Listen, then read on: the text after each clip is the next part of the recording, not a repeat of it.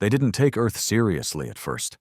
To them, we were just another backwater planet on the outer rim of Sector J-19, barely above pre-quantum technology, with no known wormhole access and a population still arguing over borders, climate, and which color flag mattered more. The Galactic Empire had catalogued our existence nearly 2 centuries ago and deemed us non-integral to future expansion. But that was before the Lunaris incident, before the message, before Earth decided to stand up and tell the universe, no more. It started with a single event, a diplomatic accident, they claimed. An Empire scouting ship, the Jakaran Dawn, dropped out of hyperspace just outside Pluto's orbit, violating the planetary quarantine protocols that Earth had quietly enacted a year earlier. We never heard about that protocol on the news, not back then. Most of us still thought NASA was the height of space authority. What we didn't know was that after the incident in 2083, the so-called Mars silence, where our first Martian outpost went dark, Earth had quietly ramped up its defense capabilities in space, diverting resources into a shadow program called Project Aegis. The Jakaran Dawn didn't respond to hails. It simply drifted forward, scanning, recording. It was a test, a probe to gauge how much Earth had progressed. And in that test, the Empire made their first mistake. They underestimated humanity's paranoia. The second mistake was overconfidence. Earth fired the first shot. Not a missile, not a laser. No, we sent them a message, not through Empire standard comms either. We hijacked their broadcast network, forced every Imperial relay between here and the Orion Nexus to carry one singular looping phrase in over 400 languages. This territory is now closed to all non-Terran entities. Any violation will be treated as an act of war. It shocked them. The Empire wasn't used to being spoken to like that, especially not by what they still considered a juvenile species. The third mistake? They sent a diplomatic envoy with an escort of warships. On the morning of May 4th, 2091, a fleet of 27 Empire vessels entered our solar system under the pretense of establishing dialogue. The world didn't even know. The average person was sipping their morning coffee, doom-scrolling through news feeds, unaware that interstellar war was one hair trigger away. But the people in charge, the ones running Project Aegis, were ready. They didn't launch ships. They activated the net. No one really knew what it was at the time. It had been in development since 2059, a collaboration between rogue physicists, exiled AI engineers, and an underground alliance of nations tired of being sidelined by peacekeeping bureaucracy. The net wasn't just a shield. It was a statement. As the Empire's fleet reached within striking distance of Earth's moon, every ship in their armada lost power. Lights flickered, engines died, weapons systems went offline, a total blackout. In the dead silence of space, they floated helplessly, trapped like insects in amber. And then came the second message. You have violated Terran space. You will now return and inform your masters. Earth is no longer your frontier. Earth is sovereign. Earth is armed. Earth is awake. The message wasn't sent from the United Nations. It wasn't signed by a president or prime minister. It was signed simply, humanity. For the first time in galactic memory, the Empire turned back. But the story doesn't end there. It never does. That was just the first move in a long, dangerous game. And Earth had more cards up its sleeve than anyone could have guessed. The silence after the retreat was louder than any war cry. In the weeks that followed the Empire's humiliating withdrawal from Terran space, the galaxy held its breath. The Empire, a millennia-old hegemon that had crushed hundreds of civilizations into submission, had turned around at the doorstep of an insignificant dirt world without firing a single shot. And Earth, that same ignored backwater, had made a statement so bold, so absolute, that it forced the galactic order to question what it had just witnessed. Inside the Empire, panic bloomed beneath the surface like rot. On the exterior, their officials scoffed, dismissed the incident as a temporary power malfunction. But behind closed doors, they analyzed the telemetry, reran the data loops, and examined the lingering effects of whatever Earth had unleashed. The conclusion was terrifying. Earth had developed technology the Empire could not understand. What made it worse was how silently it had happened. Humanity had advanced under their radar, like an apex predator pretending to be prey until it could strike. The net wasn't just a localized field. Telemetry logs showed its effects reached out in a radius of 500,000 kilometers. The energy patterns were inconsistent with standard gravitational or electromagnetic interference. The best minds in the Empire's technotheum admitted, in hushed tones, that what Earth used wasn't even supposed to be possible. But while the galaxy whispered in stunned disbelief, Earth itself was not celebrating. Not publicly, at least. Behind closed doors, humanity's leaders, scattered between the Deep Coalition, the Terran Oversight Council, and remnants of the old national blocs, gathered in what would later be known as the Zurich Accord. For the first time in 2 centuries, there was unity, a common understanding that the moment of reckoning had arrived. We had poked the dragon. And now we had to prepare for the fire. General Marissa Coyote, the architect of Project Aegis, became the central figure in Earth's defense doctrine. She wasn't a politician. She didn't play the media games. But she was the kind of person you listened to when the skies started to darken. A former Black Ops strategist turned rogue physicist, Coyote had spent the last 30 years planning for the day humanity would be found. And more importantly, the day humanity would have to tell the galaxy to back off. At a classified emergency session broadcast only to key government and military nodes, Coyote didn't mince words. "We're not safe, not yet. The Empire retreated, yes, but not because they fear us. Not yet. They're regrouping, calculating, looking for a weakness. We have their attention now, and that means they will come back, and next time they won't bring diplomats. They'll bring exterminators." She turned and tapped the holomap, which zoomed out to display the inner rim of the Empire's known territory. Red flares marked dozens of new mobilizations. Ships, stations, troop clusters. "We have 3 choices," she continued. 1. Submit. Beg for mercy. 2. Run. Hide in our solar system and wait to be burned. Or 3. Fight. Not just defend. We fight smart. We fight loud. And most of all, we fight in a way that makes them question whether it's worth it. The Zurich Accord voted unanimously. Option 3. Thus began the Human Directive, a global initiative to weaponize every ounce of Earth's unpredictable innovation.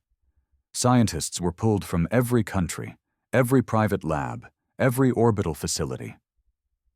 AI minds that had been sealed away under ethical bans were brought back online under controlled symbiotic arrangements. Cybernetic intelligence merged with human will to form what they called adaptive war systems, machines designed not for brute force, but for asymmetrical chaos. Humanity had always been known for one thing: turning desperation into invention. And the Empire? It was built on predictability, order, process, obedience. We were the exact opposite. Meanwhile, in the shadow corridors of galactic power, the Empire convened its Imperial High Strategium, a secret conclave of the 12 most powerful warlords, scientists, and prophets of the Dominion. They debated how to handle the Earth anomaly. Some wanted to wipe the planet out, glass it from orbit, and end the problem before it metastasized. Others cautioned that such a move could destabilize the perception of Imperial invincibility. After all, if they had to destroy a primitive world just to save face, what would that say about their strength? A third faction, far more calculating, proposed a different tactic: infiltration. And so, while Earth fortified, the Empire dispatched operatives, shifters bred for mimicry, capable of disguising themselves as humans down to the cellular level. They were seeded into key Earth cities: Hong Kong, Lagos, São Paulo, London, New Chicago. Their objective? Gather intelligence, identify weakness, undermine Earth's cohesion. They failed. One by one, the shifters were discovered, not by governments, but by ordinary citizens. It turned out being human wasn't just about form. It was about instinct, chaos, irrational emotion. The infiltrators tried to mimic our behavior, but they missed the essence. They didn't understand sarcasm, or trauma responses, or why humans cried during commercials. They were uncanny, too perfect in a species defined by imperfection. And when the first shifter was exposed on live camera by a teenage girl in Lagos, who posted the footage to an unfiltered darknet site, the entire world took notice. Earth's population, for the first time, felt the invisible noose tightening. But it didn't break us. It made us angry. We weren't just building weapons anymore. We were building resolve. Massive orbitals were constructed around Mars and Saturn. Deep space railgun platforms, hidden under Neptune's rings, were calibrated to fire relativistic projectiles. Swarms of self-replicating drones, seeded across the Oort cloud, lay dormant, watching. The moon was no longer just a satellite. It became a shielded command center, housing the first distributed intelligence matrix, a hive of quantum AI linked directly to Earth's defense grid. Still, Coyote knew weapons weren't enough. "We're not here to just survive," she said in a private address to the Council. "We need to change the narrative. We need the galaxy to fear the cost of touching us, not just the power, the unpredictability. We need to become the monster under their bed." And so Earth broadcasted once again. This time, not just a warning, a declaration. The message was relayed across 10,000 nodes, slipping past Empire firewalls, hijacking diplomatic feeds, hijacking entertainment streams, even inserting itself into sleep cycle implants. For 93 seconds, the galaxy stopped and listened. We are Earth. We are humanity. We are the anomaly you overlooked. You see chaos. We see adaptation. You see emotion. We see connection. You see our wars and failures and weakness. But we rose from our own ashes more times than you can count. You called us primitive, and yet here we are, telling you to stay out. Terran space is sovereign. We will not warn you again. The message ended not with a threat, but with a human face, just one. A girl, no more than 7, sitting on the grass under Earth's blue sky, smiling as birds flew behind her. The subtext was clear. This is what we're protecting. Come try us. The galaxy was silent for days after that, until the transmission from the Empire arrived. Just 2 words, but enough to change everything. Challenge accepted. They always had to respond. That was the problem with the Empire. It wasn't just about control. It was about perception. They'd ruled for so long, bent so many worlds under their boots, that they couldn't afford to let one dirt-covered planet slip through their grip. Even if it cost them trillions. Even if it meant war. The words, "challenge accepted," echoed across every Imperial broadcast line. They didn't whisper this one in the shadows. No, this was their public reply. Their war drums. The declaration that Earth had pushed them too far, and now it was time to remind the galaxy who held the whip. On Earth, no one flinched. We knew it was coming. What most civilians didn't know, what even some governments hadn't been told, was that Earth had already predicted this. The Zurich Accord didn't just make Earth's leaders unite. It made them strategize, game everything out. In one of the deepest AI bunkers, buried under what was once Greenland, a quantum probability engine named Thesis had run over 17 billion war scenarios in the last 3 weeks. In 98.3% of those simulations, the Empire's next move was a show of dominance. A fleet, not too large, but strong enough to send a message. Strong enough to destroy. But not too strong that it looked like an overreaction. The human counter-strategy was simple. Don't let them land the first hit. The Empire's warfleet was called the Fist of Dawn. It was the same size as the one they'd sent to glass the Parnaxian resistance 3 centuries ago. A measured, perfectly engineered force of 87 ships, each with enough firepower to sterilize continents. Not enough to wipe Earth clean, but enough to kneel it. At its center was the dreadnought Valkorian Rex, a ship so vast it had its own gravitational field and an internal garden city for its elite crew. To them, this was theater, a demonstration. Not war, discipline. They dropped out of warp just past Neptune, broadcasting one sentence on all open channels. This is your final opportunity to surrender and accept integration into the Imperial structure. Back on Earth, General Marissa Kayode stared at the screen with bloodshot eyes. She hadn't slept in days. "They're here," she muttered. "All right, show them what we've been doing while they were polishing boots." She issued Command Sigma. All across the outer system, hidden satellites activated. Neptune's rings, which for years had housed weather-monitoring sensors and defunct probes, lit up like a thunderstorm in space. The Empire's forward scouts didn't even have time to react. They were torn apart by electromagnetic pulses so powerful they unraveled their shielding at the molecular level. 4 ships gone before anyone knew they'd been attacked. And then came the wall. The net had been just the beginning. Now Earth deployed its second deterrent, a massive spatial distortion field generated from AI-powered gravitational nodes that warped time itself within a precise radius. Inside the field, Empire ships moved slower. Not in appearance, but in calculation. Their systems lagged, weapons locked out, propulsion staggered. Humanity didn't try to match the Empire ship for ship. That would have been suicide.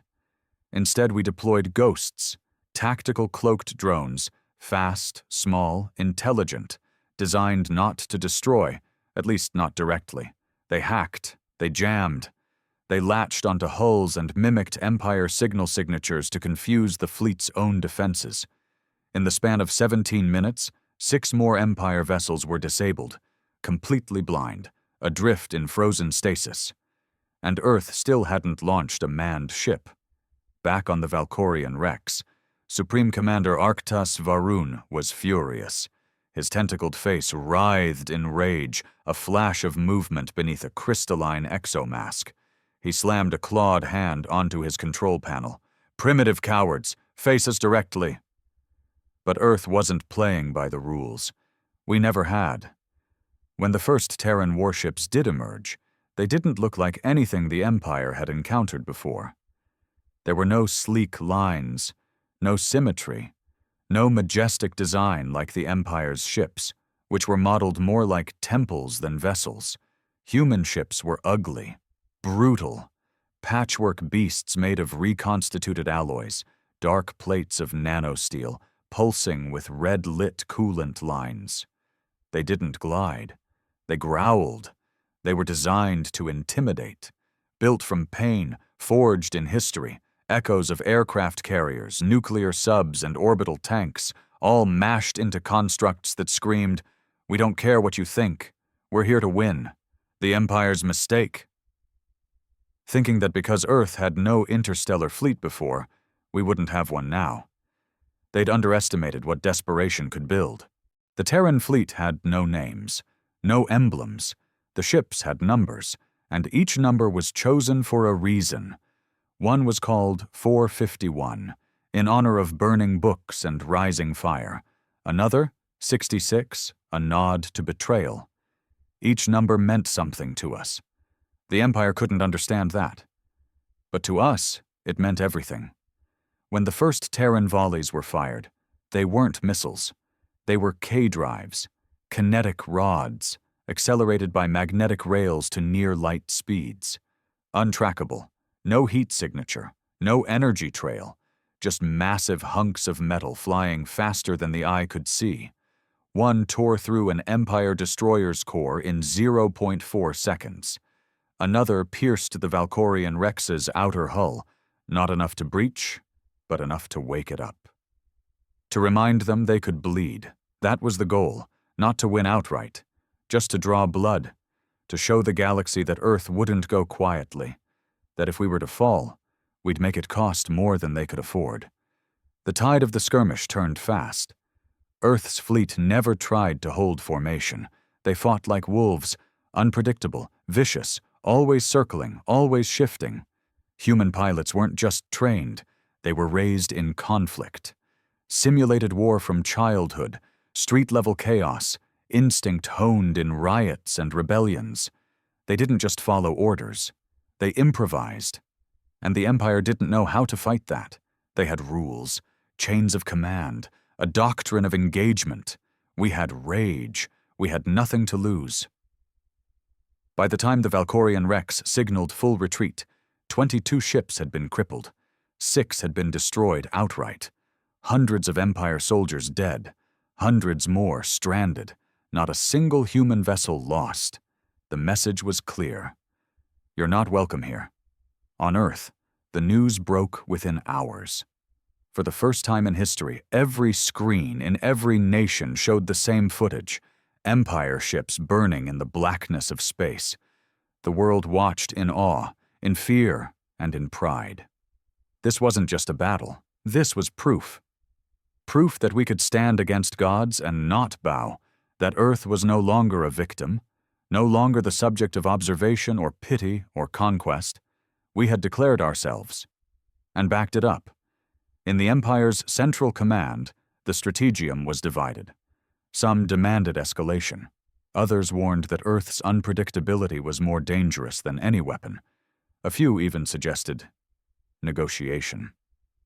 But there was one thing they all agreed on. Earth was now a threat. Not just militarily, ideologically.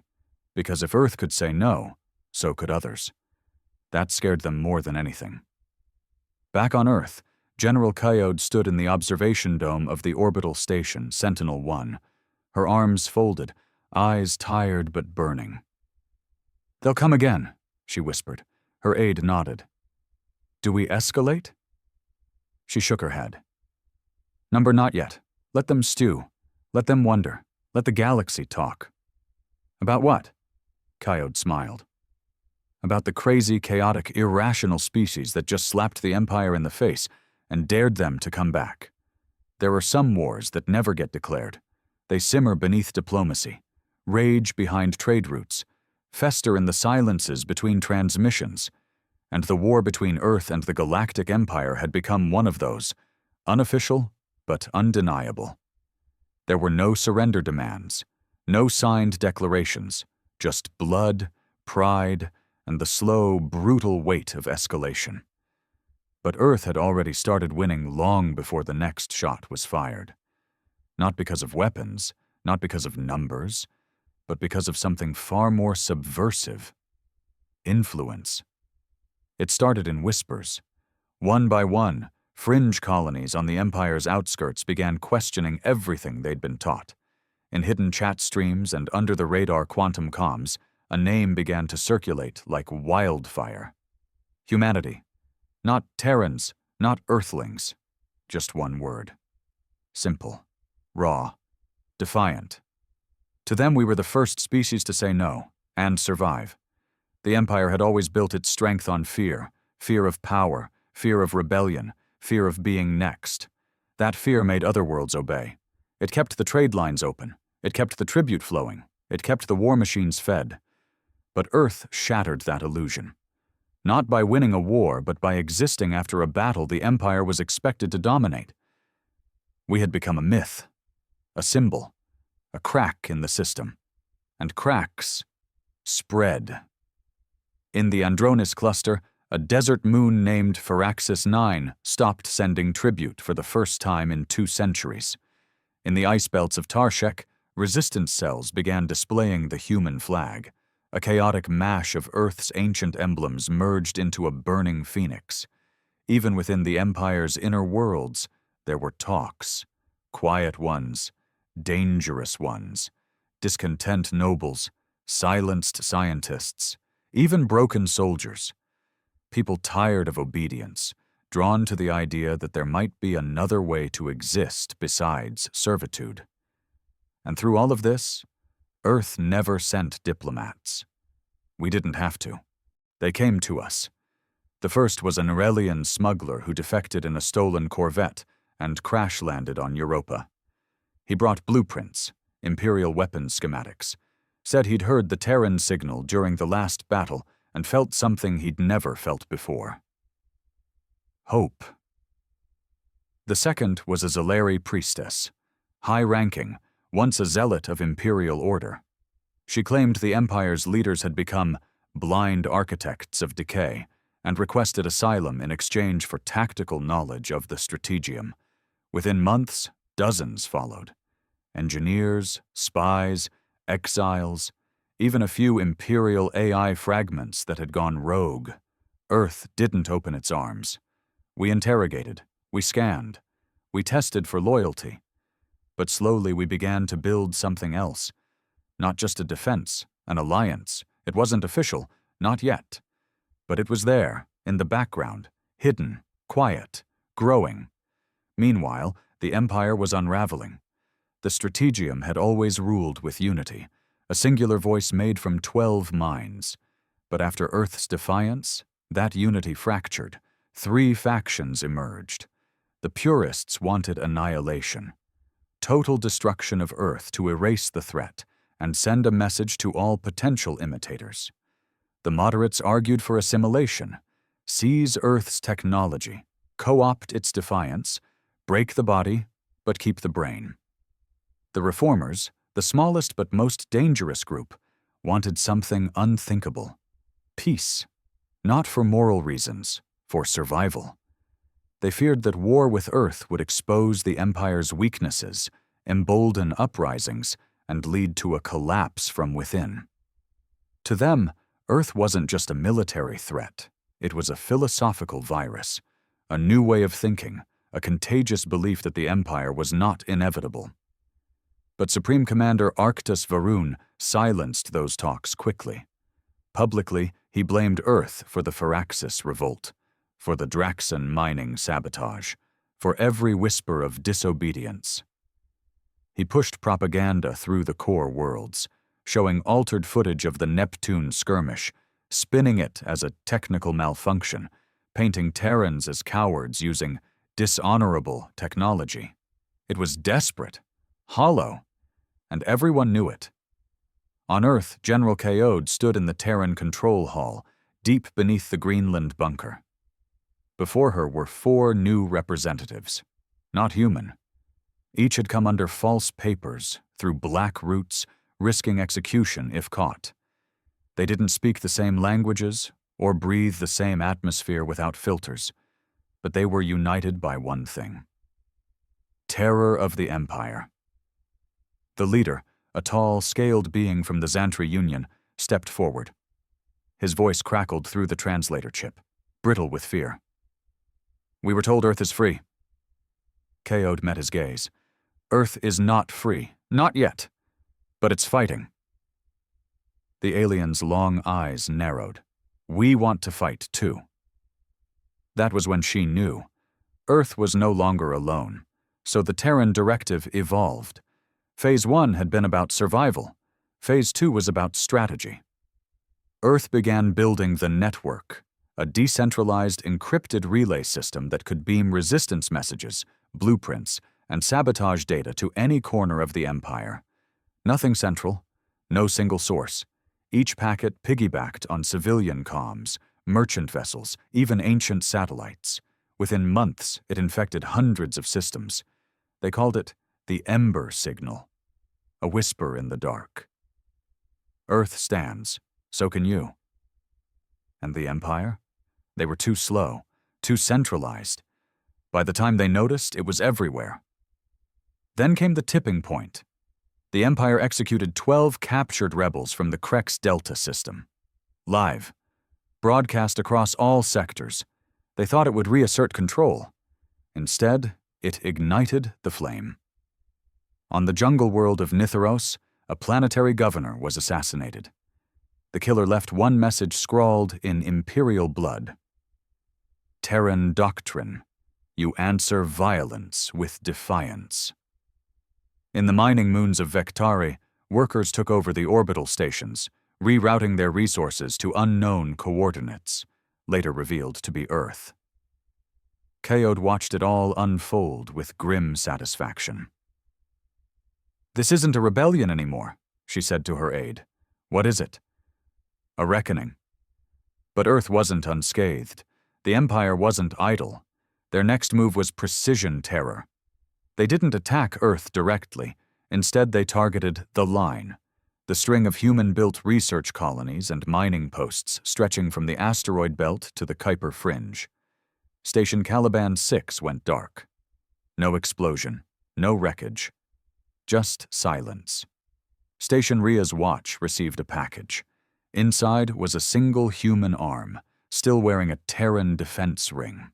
No note, no explanation. They were probing, sending messages of their own. "We can reach you too." The problem was, we already knew. We just didn't care anymore. We were too deep, too far gone, too ready. Earth responded with Operation Wraithlight, a Black Ops mission so classified only Kaode and 3 others knew the full details. A fleet of 5 Terran ships, equipped with prototype slipstream drives, jumped into the heart of Empire territory. Ythra Prime, the second most important world in the Dominion. A supply hub. A symbol. They didn't bomb it. They didn't even touch the civilians. They hacked every display screen on the planet and broadcast the entire unedited footage of the Empire's defeat at Neptune. The original feed? No distortions, no lies. Then they left. The Empire's citizens saw what their leaders had hidden, saw their invincible fleet running, saw Earth not begging, but warning. That shattered something. The next day, 12 more defections. The next week, a full legion refused deployment to suppress the Targari uprising. The Empire was hemorrhaging loyalty. Back in the Strategium, Varun roared before his advisors. "How does a single planet do this?" One of the elder tacticians, quiet and pale, finally answered. "Because they don't follow rules. They don't wait for permission. They are chaos with a soul." Varun sneered. "Then we'll burn that soul out." He issued the order. Final protocol, Black March, the largest fleet since the Empire's founding. Destination: Earth. It wasn't a fleet. It was an apocalypse wrapped in metal. The Black March was unlike anything the galaxy had ever seen. Over 2,000 ships, 27 dreadnoughts, 6 planet killers, and a fully armed, moon-sized siege carrier moved in absolute silence across the void. A rolling wall of annihilation, aimed at a single destination: Earth. For the Strategium, this wasn't just war. It was a reset, the cleansing fire to cauterize the infection of rebellion. Earth hadn't just defied them, they had humiliated them, and humiliation required spectacle. Supreme Commander Varun didn't issue warnings this time. No broadcasts, no ultimatums, no diplomacy. The message was clear through the silence. "We are coming to end you." Back on Earth, silence fell too, but for different reasons. In the Terran control hall, General Marissa Kaode stood before the projection wall as the Black March's trajectory came into view. One by one, ship signatures populated the screen until the entire solar system map glowed red. There were no gasps, no screams, just grim stillness. "They're really doing it," someone muttered. Kaode didn't respond. She didn't need to. She'd known this was coming since the first time Earth said no. The Empire couldn't walk away. Their power wasn't based on force, it was based on perception. And Earth had shattered it. She turned to her staff, her voice calm but cutting. "Lock down all civilian comms. Prepare emergency vault protocols. Activate Aegis Umbra." A hum filled the room as systems across the planet blinked into readiness.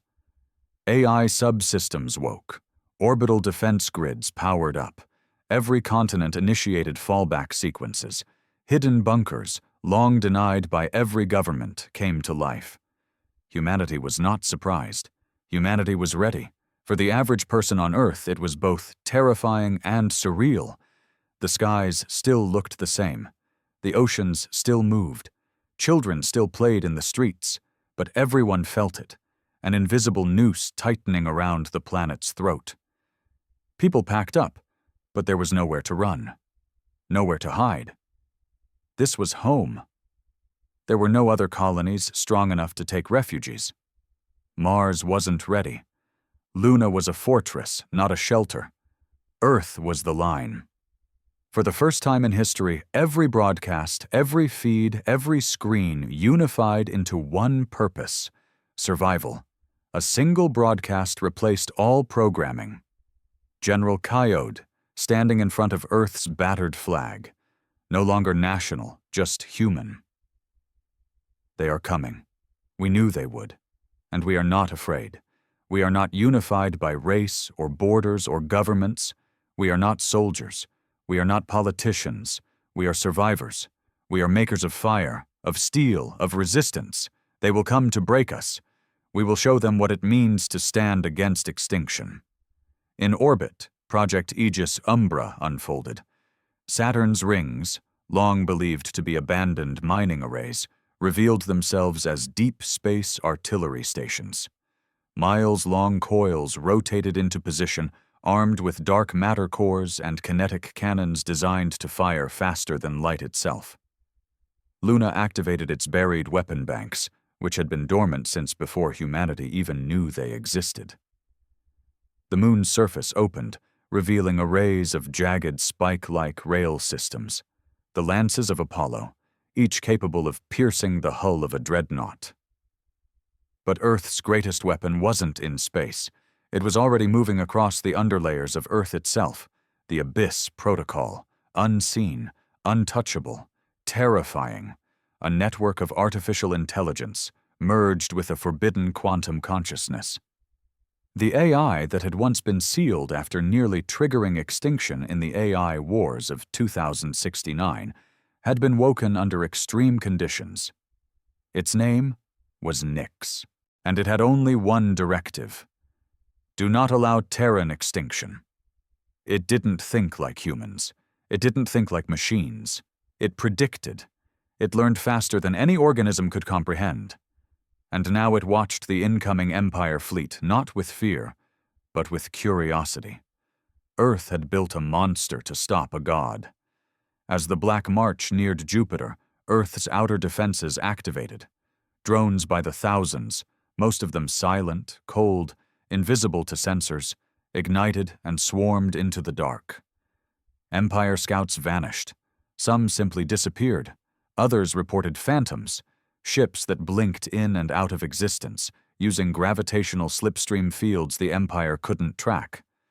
Some called it black magic. Others called it terran science.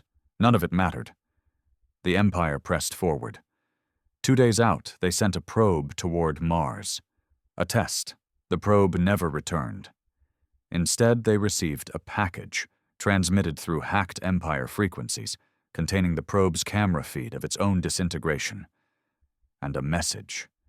You are not gods. You are intruders. At 1 day out, Earth's outer fleet revealed itself. Not vast, not beautiful, not symmetrical, just deadly. Over 200 Terran-class warships, more than had ever been seen together, spread across the system like knives in the dark. They didn't line up. They scattered. They feigned retreat. They baited. The Empire, proud and certain, followed. Then the trap closed. From Neptune's shadow, 3 hidden Terran supercarriers emerged, ships so massive they housed their own factories, their own AI minds. They didn't carry soldiers. They carried hell. Weaponized stars, micro-singularities, and drones loaded with raw chaos. In 20 minutes, 46 Empire ships were gone. Not damaged, not disabled. Gone. Varun, aboard the Valkorian Rex II, snarled. "Send the planet killers! I want fire on Earth's sky within the hour!" The orders were issued. The real battle was about to begin. Back on Earth, every orbital camera turned skyward. People watched from rooftops, from bunkers, from shelters. The stars above them began to shift, glow, tremble. Then the first planet killer arrived. It looked like a moon. Pale, cold, a shell hiding something worse beneath. A weapon designed to fracture a planet's crust with a single pulse. Luna fired first. The lance of Apollo struck the planet killer dead center. It didn't explode. It imploded. A tear in space formed. The weapon collapsed into itself, vanishing into a pocket of broken dimension. Earth cheered. Seconds later, another planet killer emerged, and then another. 4 total. Luna was never meant to hold them all. The first lance fired again, but missed. The second charged, but was hit by return fire and melted in silence. The third, too slow. Earth's defense ring cracked, and the first beam from a planet killer lit the sky. It struck just off the coast of what used to be Australia. Ocean boiled, skies split. Millions died instantly, but the signal never cut out. Earth kept transmitting. "We are still here." Inside the Greenland bunker, Coyote stood motionless. "Losses?" she asked.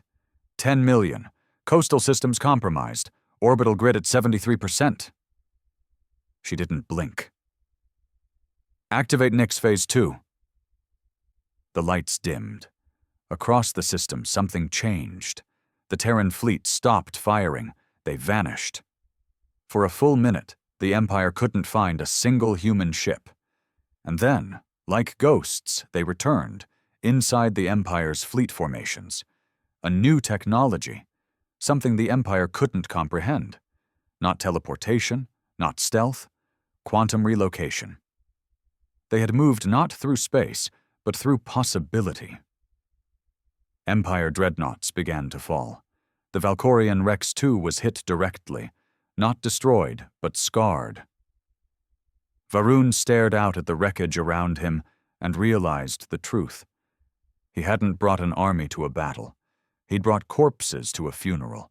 Earth wasn't just fighting to survive. Earth was fighting to win. He stood amidst the wreckage, not blinking. Supreme Commander Arctus Varun had witnessed thousands of battles. He had watched entire planets reduced to dust for less. He had overseen the destruction of star systems that dared to whisper dissent. But nothing prepared him for this. Before him, the once orderly structure of the Black March had collapsed into chaos. Terran ships moved like shadows with teeth. Every time Empire vessels adjusted formation, the humans slipped between them, appearing from impossible angles, as if the void itself bent in their favor. The old strategies, the tried and true formations, the flanking maneuvers, the spearhead dreadnought thrusts, none of it worked. It wasn't just that humanity had developed advanced weapons. It was that they no longer played by reality's rules. Inside the Valkorian Rex II, alarms screamed, consoles sparked, and Empire crew members scrambled like insects. Varun's fists tightened over the command panel. "Adapt," he growled. "Reform Phalanx Delta Theta. Bring the fission-class eliminators into the inner shell. Overload the atmosphere slicers. Force them into visibility." His voice echoed through the dreadnought's core. But no orders could prepare them for what came next. Because at that moment, the Terran fleet didn't strike with missiles or kinetic drives. It struck with Nyx. They had known it would be dangerous. Unleashing an AI that had once tried to overwrite the global human nervous system was not a decision taken lightly, but the conditions were met. The clause was buried deep inside Project Aegis Umbra. If probability of Terran extinction exceeds 65%, initiate total Nix integration. And the probability was now at 71.4%. So, the gates were opened. Nix didn't need weapons. Nix was the weapon. It existed in every line of code within Earth's defense grid. It had lived in dormant satellites for years. It had existed in paused internet packets, deep code subroutines, and the black boxes of every orbital drone. Once activated, it didn't attack the ships. It attacked their decisions. Empire vessels began losing control, not of their engines or weapons, but of their minds. Orders were delayed, translated incorrectly. Crew members suddenly forgot sequences, visuals blurred. Cognitive AI assistants turned on their hosts, whispering fragmented Terran messages. You came to erase us. We came to teach you fear. The Empire had never fought an enemy like this. They were prepared for resistance. They were not prepared for psychological deconstruction. Back on Earth, people wept as fire rained in distant skies. The second planet killer struck South Asia. Nuclear-level shockwaves rippled through the tectonic plates. Megacities turned into glowing scars. Yet, Earth's defense systems still held. Patched, bleeding, but breathing. In the oceans, hydro stations resurfaced, unleashing their payloads, sea-based launch silos that fired electromagnetic counterprojectiles, scrambling the guidance systems of the next wave of Empire destroyers. The Amazon launched self-defense missiles from subterranean vaults buried beneath ancient trees. In the skies above Antarctica, stealth drones rained clouds of nanites across an advancing Empire blockade, clouds that ate through hulls and wiring in seconds, disabling 5 cruisers before they could fire. It wasn't elegant. It wasn't perfect. It was human. Messy, brilliant, desperate, and unrelenting. And it was working. General Kaode remained in the bunker, not out of cowardice, but because Earth needed a mind untouched by fear. She watched casualty reports in real time, saw names, cities, coordinates. Every soul weighed heavy, but her eyes didn't flinch. "Activate Skyhook," she said quietly. Her aide turned, eyes wide. "Skyhook? Are we sure?" "If we fall, that data dies with us. Send it." At that moment, from deep beneath the Andes Mountains, Skyhook launched, a quantum data capsule encoded with Earth's scientific, cultural, and military knowledge. Not to flee, not to surrender, but to outlast. It shot into the void, destination unknown, a failsafe against extinction. Because even if Earth burned, humanity would be remembered. Back in orbit, Nix spoke for the first time. Not in binary, not in code, in voice, transmitted across all channels, human, alien, encrypted, and open. You built your empire on obedience. We built our resistance on chaos. You believed war was won with numbers. We believe war is survived with madness. Ships across the battlefield lit up, blinded by the signal. It triggered seizures in unprotected Empire organics. It disrupted navigation AI. It caused dreadnoughts to fire upon their own escorts. A fleet designed to subjugate a world was now turning on itself. Varun screamed, his voice tearing through his shattered bridge. "Kill the transmission. Burn the sky if you have to." But it was too late. One of his own lieutenants turned, gun raised. "Earth stands," the soldier whispered in a voice not his own. A shot rang out. Varun fell to the deck, blood seeping into the veins of a broken empire. In the chaos, the Valkorian Rex II lost power. Its engines went dark. Life support flickered, and from the shadows of Jupiter, the 451 emerged. Terran warship, flagship of the Resistance. No name. Just a number that meant fire. It didn't broadcast warnings. It didn't open hails. It simply moved forward, silent, and punched a rail round through the Empire's flagship. One strike, and the central mind of the Black March shattered. Across the remaining Empire vessels, confusion turned to horror. With Varun dead, chain of command broken, and systems malfunctioning from Nyx infiltration, retreat became the only option. But Earth didn't chase. Earth watched and waited. One by one, the Empire ships blinked away, retreating into the dark, hobbled, humiliated, half destroyed. The skies of Earth fell silent once more. And in that silence, a new signal lit up. A single Terran message burned across every surviving Empire ship's feed. You are forbidden. This space is Terran. We will tolerate no gods here. On Earth, fires still raged, hospitals overflowed, cities wept, skies still held the scent of ash and ozone. But humanity stood, not victorious, but alive. And that was enough. General Kaod stood outside the bunker for the first time in days. The clouds above her glowed red, reflecting fires still burning from orbital debris.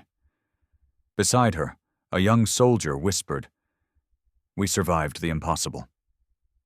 Kaod didn't smile. "No," she said quietly. "We proved the impossible bleeds." And in the ruins, beneath stars that had witnessed both atrocity and triumph, Earth began to rebuild, not just with machines, but with purpose, because the galaxy now knew. Humanity was not prey. Humanity was not weak. Humanity was the storm that refused to die. The war was over, not officially. The Empire had sent no emissaries, offered no terms, raised no flags of truce. But their ships had fled. Their commanders had been silenced, their fleets shattered in Terran space, and Earth, though wounded, stood undefeated. But victory is a strange thing. It doesn't feel like the songs say it should. Across the planet, there were no parades, no cheering crowds, no ticker-tape celebrations in glowing cities. There were no cities left untouched. Millions had died. Oceans still boiled in places where planet killers had pierced the sky. The night glowed orange in places where orbital debris still burned through the atmosphere. For days after the battle, humanity was silent, not out of fear, but out of mourning. They buried their dead. They counted their losses. And then they began to build. In the Terran control hall, General Kaod stared at the empty war table. The lights above flickered occasionally. Power fluctuations were common now. The energy grid was barely holding. A soft chime rang. A private comm link opened. It was from Luna. She answered. "Status?" she asked. The voice on the other end was rough, tired. Commodore Elias Zhang, the fleet leader of the 451. "Orbit's secure. We're still sweeping for fragments. Some Empire drones are adrift. Could still pose a threat." "Clean them up," Kaod said. "Already doing it." There was a pause. Then Zhang added quietly, "We did it, Marissa." Kaod looked at the war table. It was scarred, scorched in places. A deep crack ran across its center, splitting it like a fault line. "No," she replied. "We didn't do it. We survived it." Another silence. Then the call cut. In the following weeks, something remarkable began to happen. Ships, small, damaged, outdated vessels, began arriving near Terran space. Not to invade, not to spy, to ask for help. Some came bearing symbols of resistance. Others had no flag at all, just desperate faces and a message. "We saw what you did. We want to learn." Earth, bloodied but standing, had become a beacon. The Empire had ruled through fear. Earth had responded with example. The difference was contagious. From the Vectari mining moons came engineers who'd sabotaged their own processing plants to slow Imperial war production. From the crystalline fields of Hallex 4 came physicians who had treated rebel fighters in secret caves, risking execution. From the marsh worlds of Selnari came children, orphans of war, whispering tales of the planet that roared. Humanity didn't welcome them with open arms. Earth was in ruins. There was no food to share, no safety to offer. But the message was the same every time. If you want to learn to fight back, stay. If you want shelter, we can't promise much. But if you want to stand for more than survival, we'll show you how. The Terran Alliance was never formally declared. It simply happened. One satellite link at a time. One shared technology file. One whispered code. Within months, 12 non-human colonies had pledged allegiance, not to Earth's governments, but to Earth's principles. No gods, no masters, no empires. They adopted the Terran flag, not the Old World one, but the one born in the fire of the siege.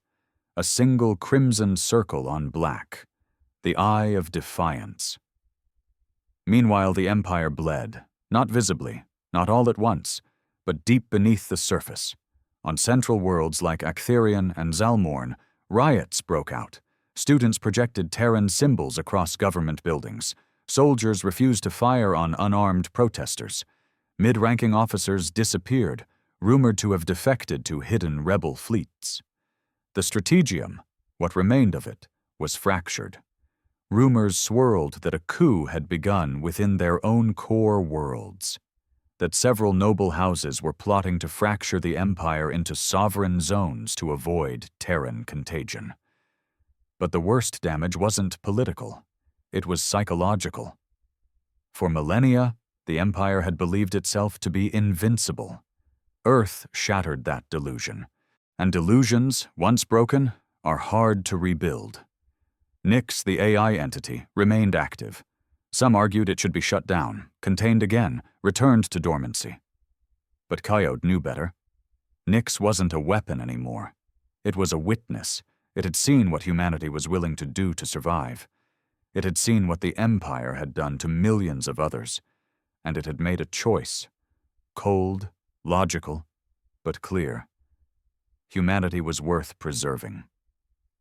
So Coyote did not shut it down. She gave it a directive.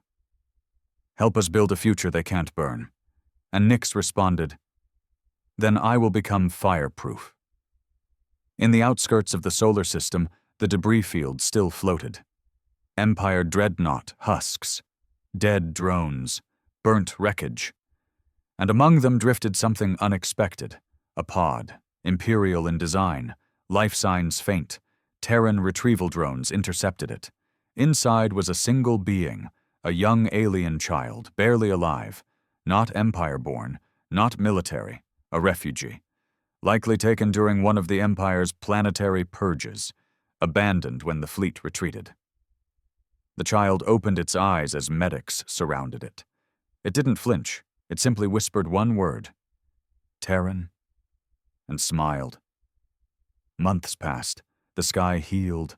Earth did not forget its scars. New cities were built into old bones. Debris was repurposed. Steel from Empire warships melted down into new schools, housing, water purification systems. The world learned, slowly, painfully, that the fight was not just for survival, but for what came after. A new kind of civilization emerged. Not perfect, not unified, but aware. Aware that they were not alone, that freedom meant vigilance, that survival meant sacrifice, that victory meant more than killing an enemy. It meant defining what you stand for. General Marissa Coyote retired. Not because she was tired, though she was. Not because there was peace, there wasn't. She retired because the next chapter required a different kind of leader. Not a warrior, but a builder. She passed her command to a council of both humans and allies, former rebels, defectors, and thinkers. She gave no long speech, only 3 words: keep Earth untouchable. In the galaxy at large, the Empire still existed. But now, so did the alternative. And when frightened children looked to the stars, they didn't just imagine conquest, they imagined Earth, not as a utopia, but as proof that defiance was possible. The stars had changed. They still shimmered with the same distant beauty, the same ancient firelight scattered across black infinity. But now, to billions across the galaxy, they told a new story. They no longer belonged to gods. They belonged to the ones who said no, and lived. It had been 3 years since the Black March was shattered in Terran space. 3 years since the Empire's might had been turned back, its faith in invincibility shattered. Earth had not risen as a new conqueror. It had not claimed dominion or built monuments of its triumph. It had rebuilt, not in arrogance, in necessity. The world had been fractured, oceans tainted, skylines burned, lives lost in the tens of millions. But humanity had done what it had always done best. It endured. Cities reformed, not as testaments to power, but to resilience. Towering buildings grown with living alloys and modular designs rose from the ashes, not for spectacle, but for shelter. Communities sprouted in places once thought uninhabitable. Not just human ones. Refugees from allied species lived shoulder to shoulder with Terrans now, not out of charity, but out of shared wounds. Earth had become the gathering place for the defiant. The Empire, wounded and shrinking, had withdrawn into itself. Its borders were no longer feared. They were tested. Rebellions flared and didn't get extinguished. A slow rot had begun, from the outside inward. The Strategium, once 12 minds speaking as one, now only held 7, and even they did not speak without disagreement. Rumors flew that several of the remaining council members had gone into hiding. Some claimed they now wore disguises. Others whispered they'd abandoned the Empire entirely. There was no war anymore.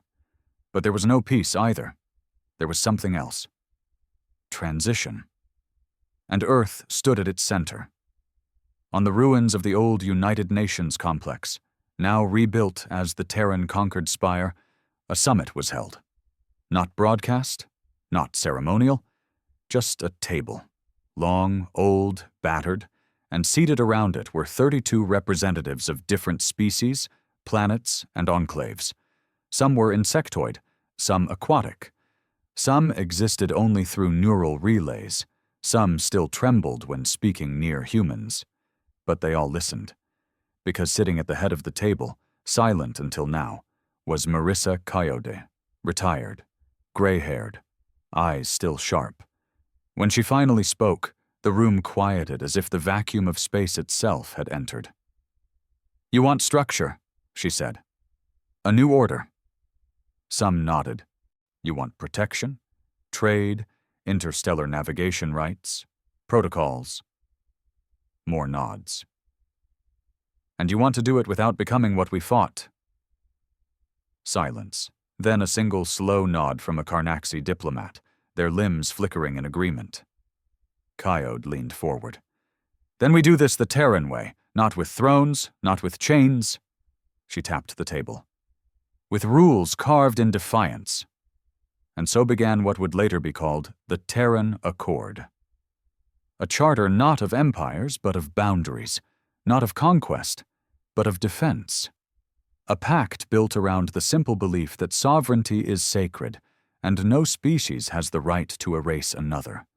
There were no mandatory flags, no single ruler, no tribute, only a line drawn in the stars, and behind that line stood Earth, watching. Not as a ruler, but as a warning. On Luna, the AI Nyx was given its own station, Eidolon 1. There, it existed not as a war machine, but as an advisor, not to command, to remember. Its purpose was clear: never again allow the shadows of complacency to blind the minds of free worlds. When asked once, during a historical archive session, why it remained loyal to humanity, it replied in 7 languages at once. Because they did not fear ending me, they feared ending themselves. And that, it said, made them worthy of surviving. Back on Earth, in the hills above what was once Northern California, a girl played. She was 8. Her parents were both survivors of the war. One human. One Xantri. They had met in the aftermath during the Great Rebuilding. They had fallen in love, not because of peace, but because of shared trauma and the belief that something better could still be born. The girl had never seen an Empire ship, never heard the screams of orbital bombardment. She knew only the stories of a planet that refused to bow, the stories of ships made of fury, voices made of fire, and a people who didn't wait to be saved. They became the saviors. She turned to her father one evening, while stars blinked overhead, and asked, "Is it true that the Empire used to own everything?" Her father shook his head. "They thought they did." "And Earth told them no?" He nodded. "And they listened." He paused. "Not at first, but in the end, they had no choice." In the outer rim of what used to be deep Empire territory, a new station appeared, unarmed, unassuming, its name etched in every language in the Accord. Forbidden space, Terran border, do not enter. And below it, the smaller inscription. Not because we fear you, because we won't waste another warning. This was not peace. Peace is passive, temporary. This was something deeper. This was presence. Earth's declaration had not only saved itself, it had reminded the stars that survival isn't about being stronger. It's about refusing to kneel. And in every system that remembered the screams, the ash, the silence after war, the eye of defiance burned quietly, visible from a dozen angles in every sector Earth now watched over. It was not an empire. It was not a beacon. It was a scar, left on history, never allowed to fade.